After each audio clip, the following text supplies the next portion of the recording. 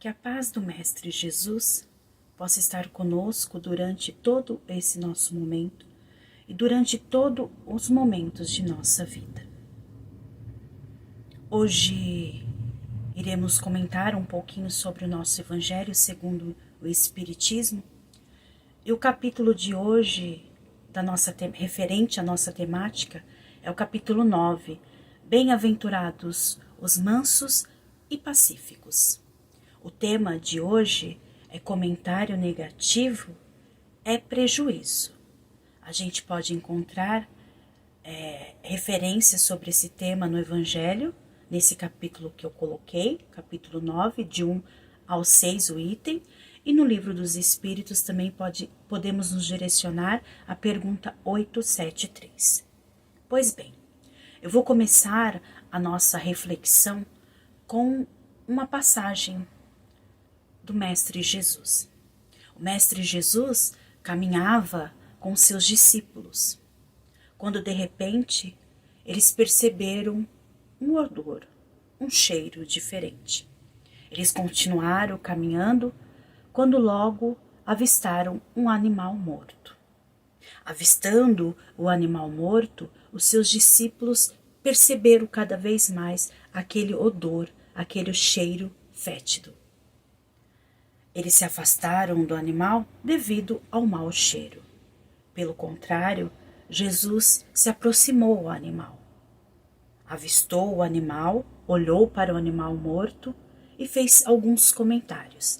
Dentro desse comentário, ele deu um olhar diferente e disse: que bela dentição tem este animal. Paremos a nossa reflexão neste ponto e colocamos aqui uma reflexão para cada um de nós.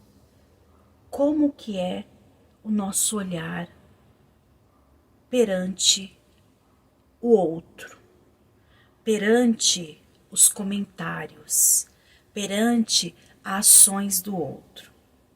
Como que é o nosso olhar quando alguém se expressa? Vamos colocar principalmente quando as pessoas se expressam em redes sociais.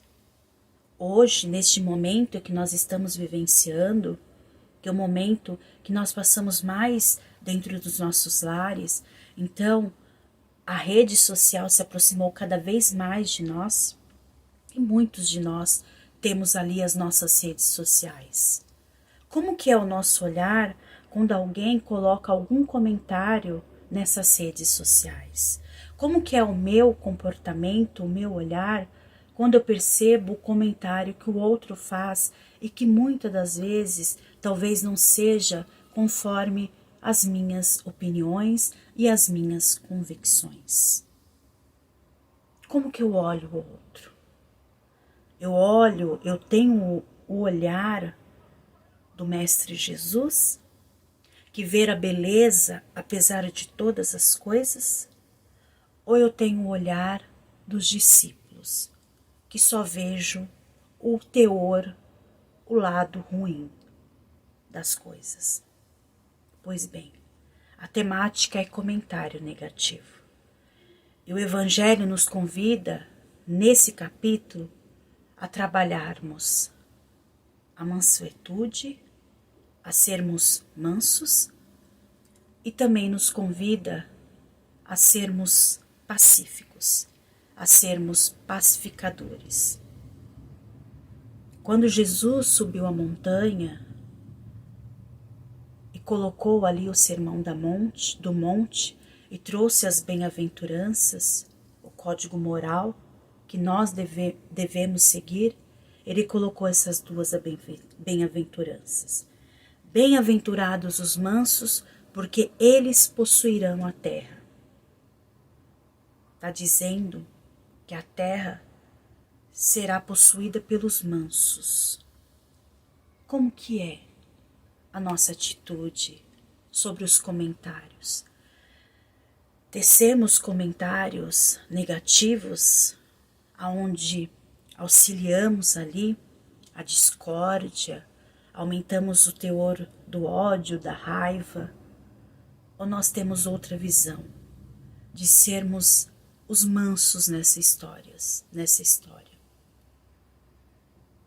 A outra bem-aventurança é bem-aventurados os pacíficos, porque serão chamados filhos de Deus.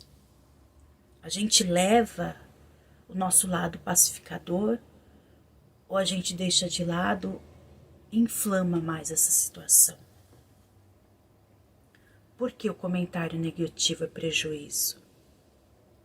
Será que quando nós tecemos algum comentário negativo, isso faz mal para quem está recebendo?